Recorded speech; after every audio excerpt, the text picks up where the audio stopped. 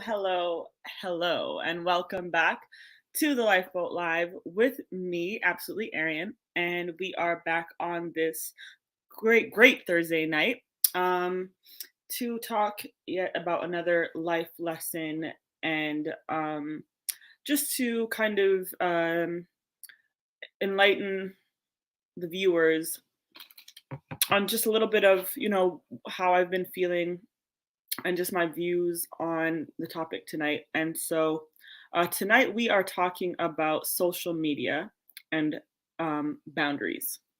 So that's the topic for tonight, social media and boundaries. And I am excited to get into it because I think it's so relevant to today. I think most people, if not, well, I wouldn't say everyone, but most people are on social media these days or some sort of form of social media. And I think the pandemic, if anything, has pushed us to use social media even more than than we ever have had to, especially in the last 2 years.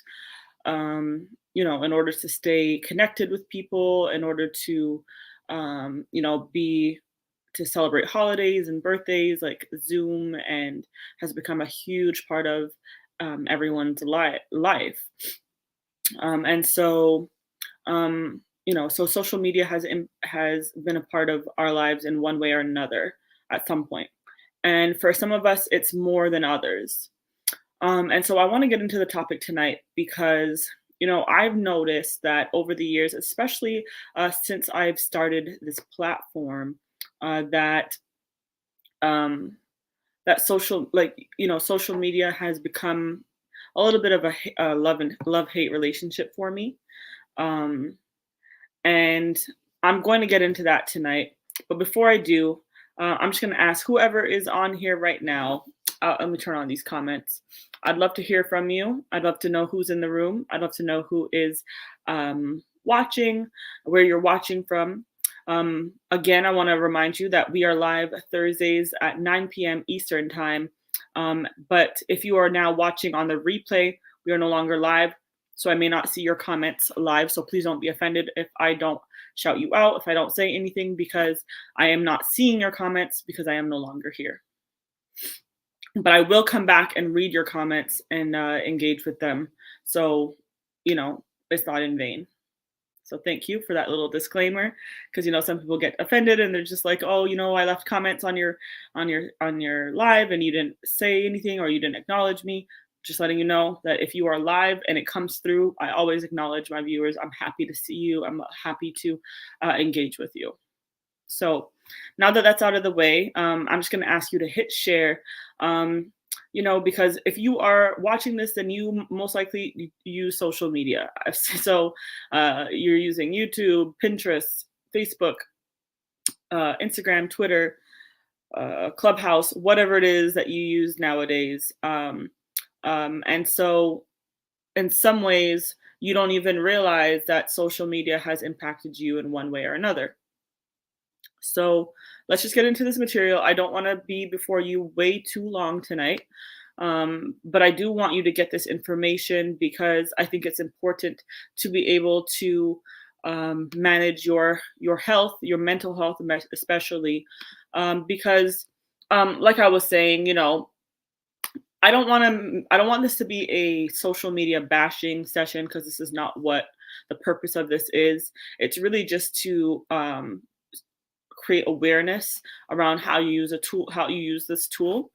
And as I aforementioned, social media has been a great tool to connect with people. And sometimes we get to connect with people around the world, some people that we've never met. Like I've made some great friends that the relationships initially started through social media and eventually, became in person, real physical relationships where we met up. But it's been a great platform to just meet people that I wouldn't normally meet in my neighborhood, in my city, in my country even. And so, through social media, we have access to so much information. It's just the information age where we can learn how to do a new DIY project. We hear new music. It's really transformed even how artists are able to get their artistry out there, because they don't have to necessarily go through record get record deals and all that stuff. Like, they can post their music on social media and it goes viral, and they can make money that way. We learn about new products. We get to do church through social media. We get to hear great snippets of great sermons that encourage us throughout our day. And we get to hear from just different experts in different fields, and just be informed, and get, be knowledgeable about what's going on in the world. A lot of us even get our news through social media, right? And so we've seen in this pandemic how social media has become an awesome tool to just help us stay connected virtually, when it was impossible for us to get together physically. And in the last few years, social media has become a job title. You know what I mean? Influencing or influencers. And these are people who typically are popular on various social media platforms and have a significant audience, for which they have the ability to help shape or influence your thoughts, right? Influence what you buy, what you like, what you share, what you wear, and push trends, right?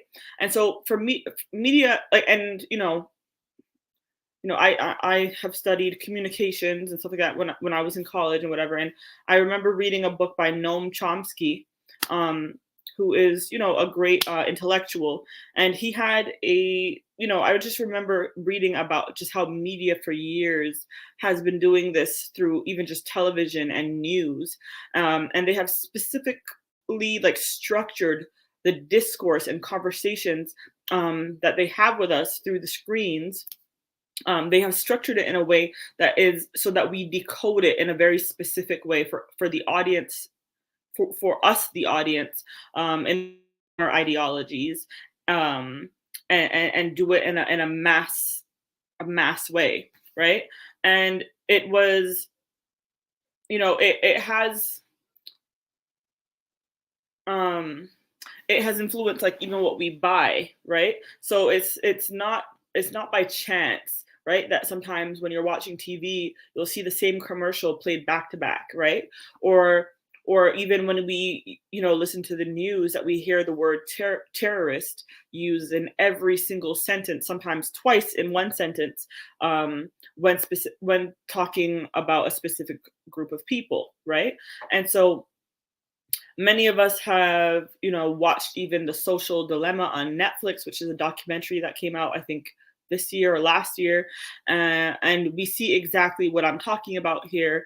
That, you may have realized that, like, you've heard them, that they say, like, Facebook and Instagram and Pinterest are specifically designed. They specifically design these apps to hold our attention for as long as possible and to keep us scrolling, right? If you haven't seen it, I suggest you watch it. It's on Netflix. It's called Social Dilemma, and it's a great. It could, I'm not much of a conspiracy theorist person, but there's really great information, and you just kind of, like, take.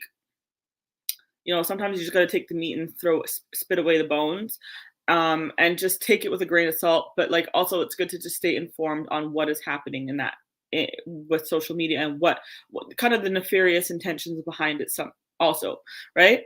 But I just want to reiterate also that this is not a social media bashing. This is not a, social media is demonic. This is not what this is, because social media is a great tool, but like everything else in life, it requires balance.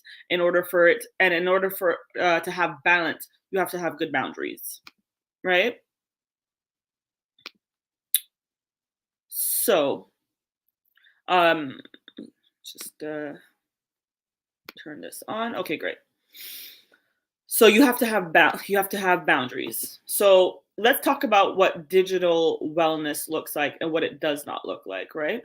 So just a little bit of a study here that I was kind of reading up on, and young adults are considered to be between the ages of 18 and 24. Those are young adults, right?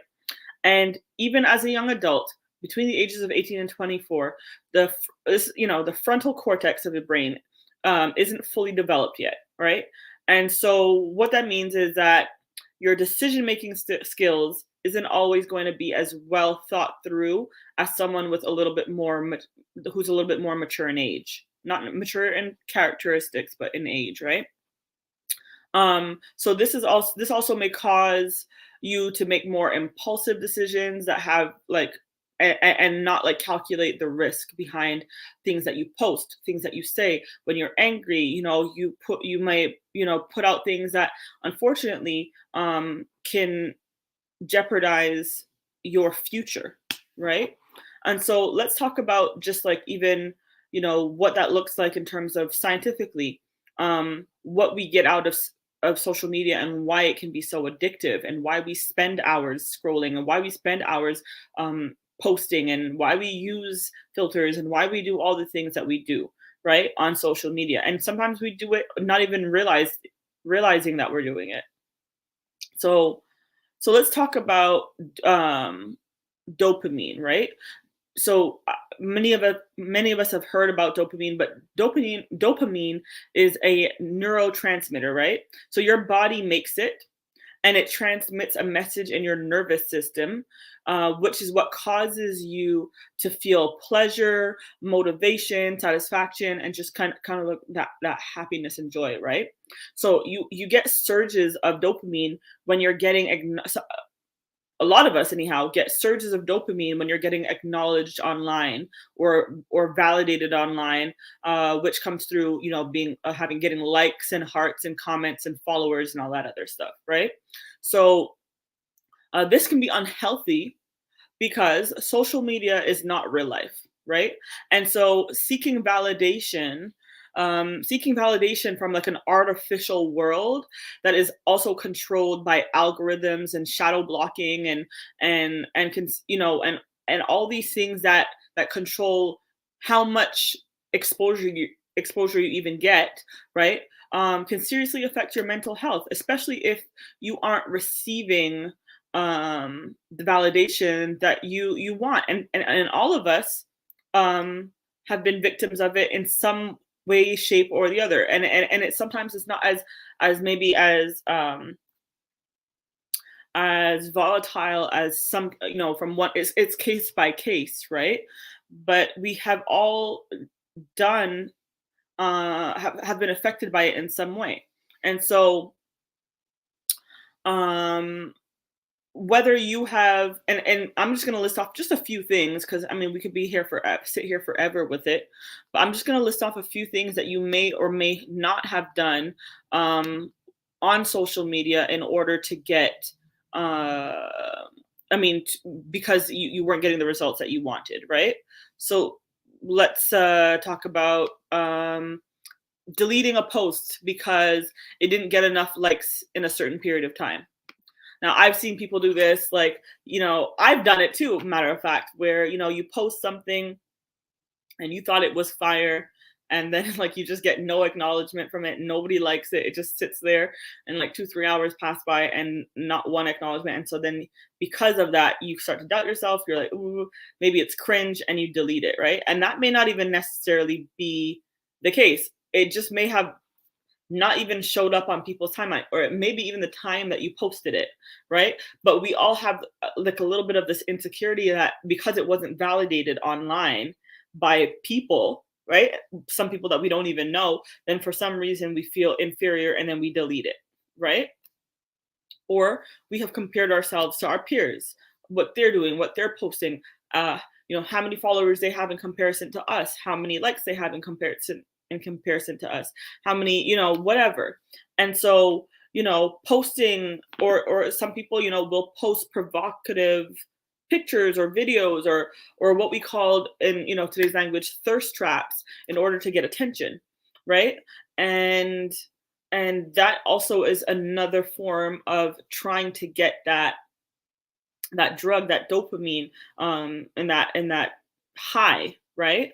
And so some people will go as far as creating Finsta accounts, what we call Finsta accounts, which are fake Instagram accounts, or um, like anonymous accounts to monitor others, which then may lead to comparison and then jealousy and then just also obsession, right? buying followers in order to appear successful or popular. And so that was a trend at one point where you could just buy followers and you just get a bunch of bots on your bots, which are just, not even real accounts, just to have your numbers look more full, right? um, for those of us who have businesses or movements or platforms that we're trying to promote, there may be this pressure also to remain relevant, and a pressure to produce content from day to day in order to stay on top and to beat the algorithms and to beat, and to have our stats in a certain kind of way. And also, if you're working with collaborating with different brands, like, you have to make sure that you are getting a certain amount of engagement with your posts in order to have, to get sponsorships and all that stuff, right? And so it all comes down to the same goal, right? Which is, we want to be seen and heard, and whether it be for different motivations and different needs, we are still a part of this, like, manufacturing, this factory of needing to be validated, needing to be seen, needing to be heard. And we all do this for some dopamine, a dopamine hit, which is comparable to, like, a drug addict chasing a high. It's a good feeling that we can relive, that we want to relive over and over, and we do it through how much interaction we have with others through our social media, right? So JM says true. Yes. And so, when we use these platforms now in order to stay relevant, it really can take a toll on our mental health, right? And so, let me just pull this up.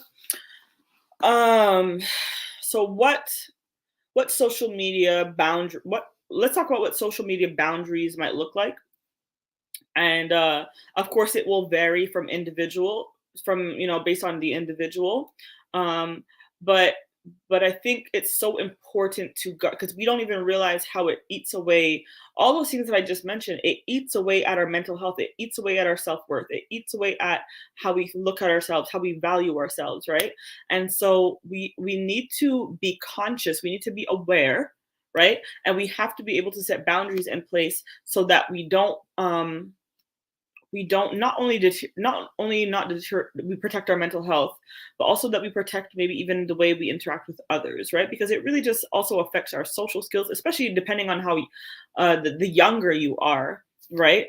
The more of a negative effect it has on you, um socially, and just, also mental health wise. But um one of the biggest boundaries that I have for me, and that I've had to learn, that is something that, not to push myself beyond this boundary, is scheduling hiatus, right? Scheduling a hiatus. So this is probably more for anybody can use this boundary, but um, this may be more relevant to people who are, influencers, or people who have businesses, or, platforms that they're trying to build, right? So the pressure to create and to keep your stats up and to keep your audience engaged and staying relevant can take a complete toll on your mental health. And I know for me, it has, like, just trying to figure out how to be creative, how to be, relevant, how to be funny, how to be whatever. It can become overwhelming. And I know for me personally, just even these lives that I do, like, there's no way, it's not possible for me to do this all year round, nonstop, every Thursday, 9 p.m. Like, it's every Thursday, 9 p.m., but for a season, right? And so, like many of us, like, I have a full time job, I have, family, I have friends, I have hobbies, I have a dog that requires a lot of attention because she's still a puppy. And all kinds of other things that require, our attention. Some people are married, they have children, they have whatever, they have elderly parents that they have to take care of. And so, we have real lives outside of social media, right? And so what we present on social media is not always just like the fullness thereof. Like, we don't just sit here and that's all we have to do all day. We have other things to do. And then on top of that, the pressure of having to kind of take on putting out content and being relevant and being and not sitting here and feeling like you're doing all this work in vain, right?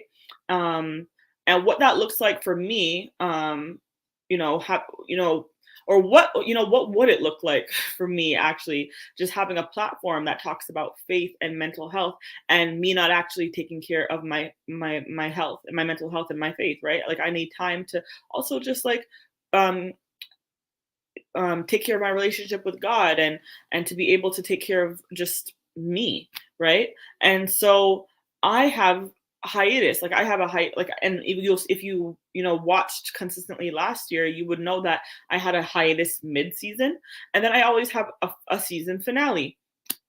And it's just really because I need breaks.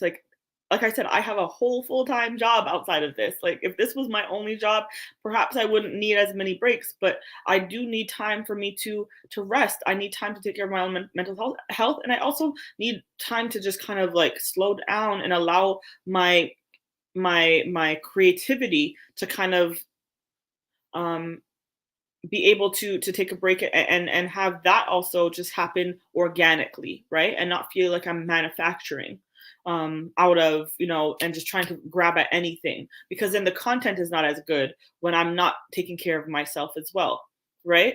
Because then I'm just kind of doing things willy-nilly. And then I have season finales where, like, I think some people think that you have, and this is a theme that I see very often on social media and social media influencers and people giving tips. And it's like, oh, consistency. You have to be consistent. You have to post every single day, 3 times a day. And the truth of the matter is that, yeah, you should be consistent. But what does consistency look like to you? Right? What does consistency look like to you? Because some of our favorite TV shows they don't play all year round, unless it's like The Young and the Restless, or them soap operas, which I don't know how they do it. But they have a whole staff and everybody, the people that are it's a big production, right? But a lot of us who are doing these social media platforms are not no big production. It's just us and a camera for the most part. And so some of our favorite series, our popular TV series and movies and all that stuff, um, that we love to watch. Like, people are there. They have seasons. They have 12 episodes. They have 14 episodes a season, once a week, and then they go away for a while. And when they come back, guess what?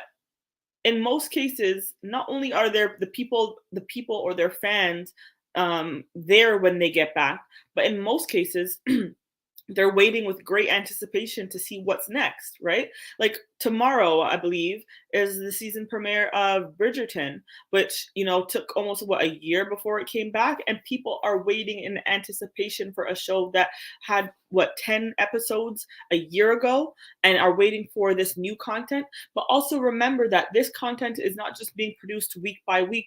They have carved out a period of time to create, right? And to do and to edit and to do whatever they have to do, and then release, right? And so when it's being released, they're now maybe starting to get back into planning for the next season, but there's a hiatus somewhere in between there, right? Or Ozark, like, we just got, like, 10 episodes the other day, and then it's on hiatus for almost 2 months, and then we're going to get another last 4 episodes of the season in another month. And so people are used to that, and when they enjoy you, when people are are enjoying your content, they will be back. So you don't have to push yourself like you are a machine. Like, take the hiatus that you need, and take it so that when you come back, you can come back with a fresh start, and new content that you've had time to be able to relax, and able to leave time to be inspired, right? And so that's where I'm at with that. And I think a lot of us need that break, right? So schedule a hiatus. And that's what I live by, right? Um, and also, for those who do need to push out content more often, like, I have a folder in my phone, not a folder, but a notepad on my phone, where whenever because I just get inspired by the most random things, just life things I hear people say, things I see people do, things I watch, things I see. And so And so I have a folder in my phone on my notepad where I literally it just says lipo ideas, and I just write and I write and I write and I write, and I constantly am doing that so that I don't have to be thinking about, oh my gosh, what am I going to talk about this week? Oh my gosh, I have a list of things that I can go through, and if I don't feel like doing one this week, then I can change the topic to something else next week because I've already started to prepare and take notes on what I want to say, right?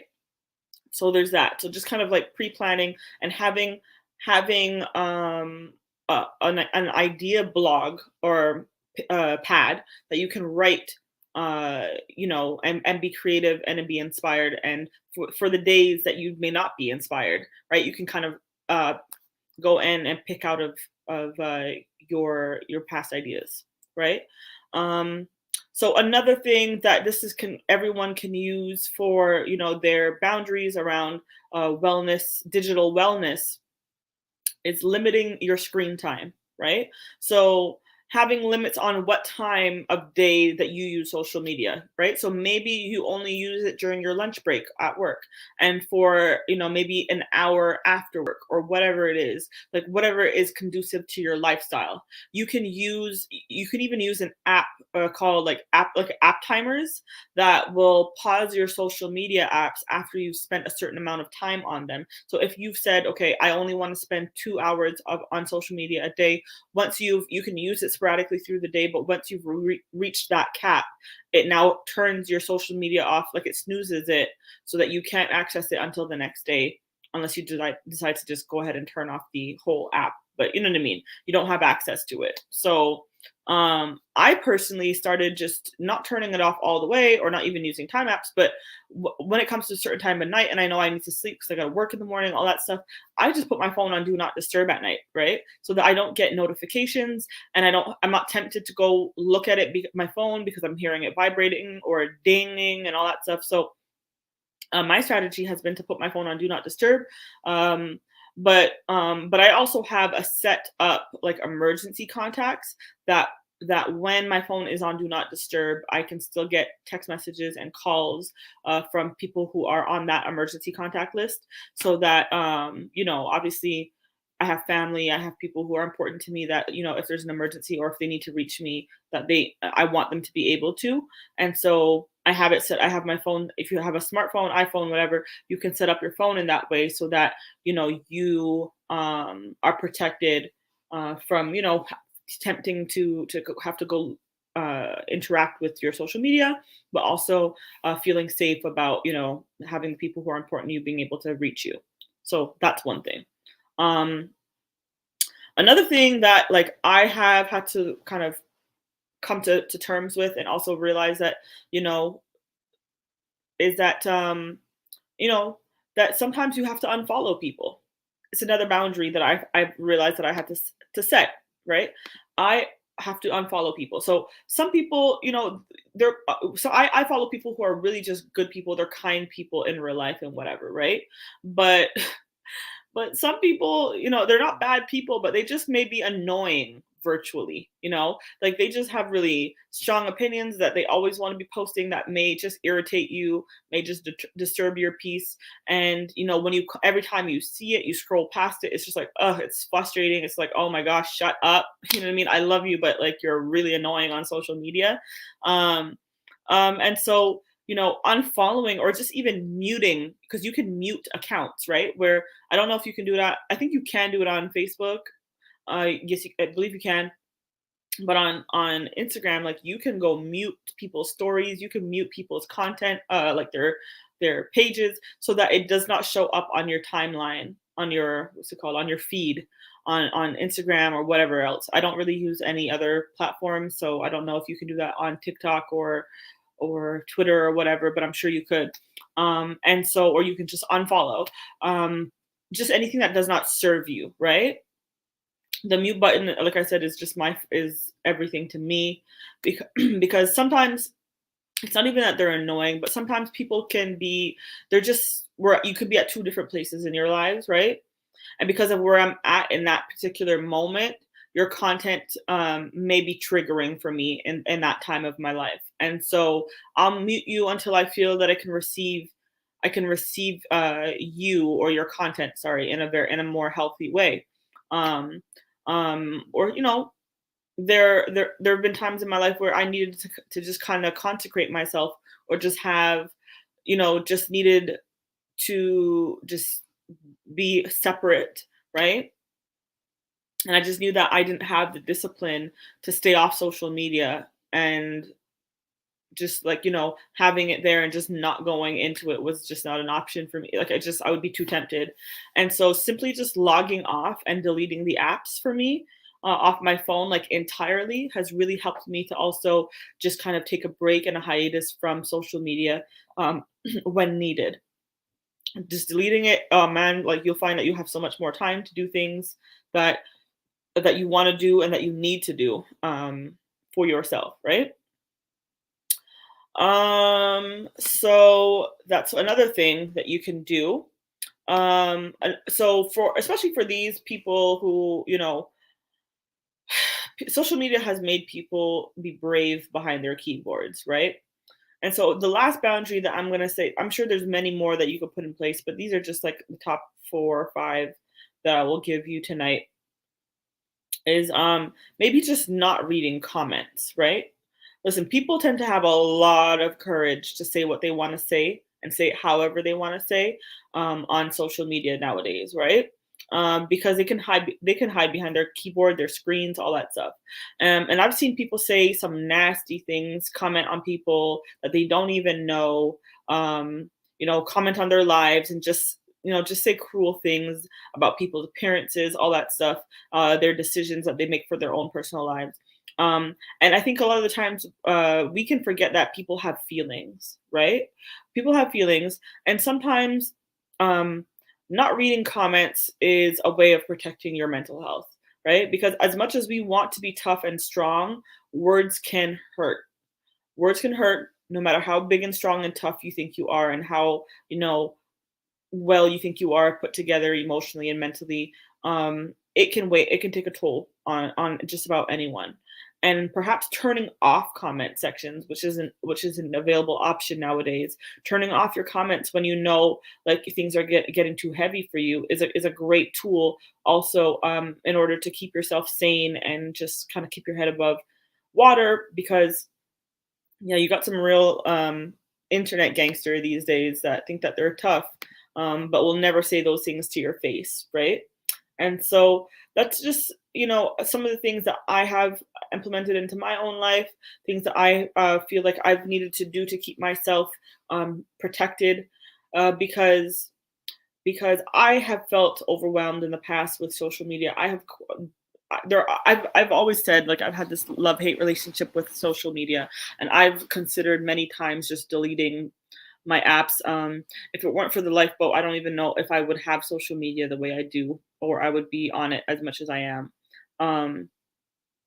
Um, because I think it can be fatiguing, right? And so I just hope that this information has just kind of helped you to kind of rethink how you interact with your social media, how you have boundaries around it, how you protect your mental health, because you don't even realize that it's eating away at you slowly sometimes. And I just want for us to be able to make healthier decisions, because it doesn't only just impact how we interact with our own mental health, but it also affects how we interact with the people who are closest to us, our loved ones, and all that stuff. Um, I just want us to realize that social media is not real life. What you see is not what you get all the time. People don't always post who they are really in real life, because some people, you see them on social media, and if you actually knew them in real life, you would know that they're a hot mess, and I'm about to be funny right now, but just another, you know, funny thing about even just social media and how things can appear, and we don't really have the full view and the full scope of it. But like, we all put ourselves together to appear a certain way. We use all kinds of filters and backgrounds and whatever, to look good and to appear and to have an image that we want to have, right?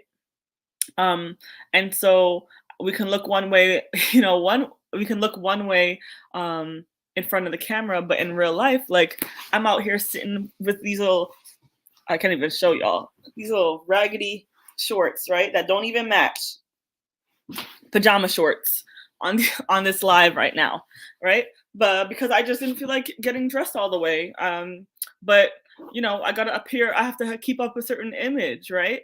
To keep this thing going, and so that y'all don't say that I'm out here in pajamas doing a whole live. But you know what? I am, but you can't see the rest of it, and that is my point exactly. Right? We are trying to compare and to keep up appearances and to look like what other people are doing and to whatever. And the truth of the matter is that it doesn't matter. What matters is that you stay true to you. What matters is that you keep it, um, that you keep it healthy, and that you don't push yourself past your limits. Know your limitations, know what you can handle, and make sure that you just take a break when you need it. Because I promise you, those who love your content, those who love you, those who want to hear from you, and those whose voice, who've been assigned to you and to hear your voice, will be there when you get back. But if you keep pushing yourself past your limits and not respecting boundaries that you've set for yourself, you will not be any good to yourself or to anyone else. And with that said, thank you so much for tuning in. It's been a lovely night. I hope that this information has helped you. I hope that it's helped you to reconsider and to reshape the way that you interact with your social media. I hope that you share this. I hope that you tag some friends. I know some people are shy and don't like to leave comments, but I love to hear who's in the room. I love to know who's watching, and I love to know what you think about it. So please leave a comment. Like I said again, I am only live on Thursdays at 9 p.m. So if I am no longer here, you can still leave a comment. I will always come back and read what you've said. And that is a wrap for tonight.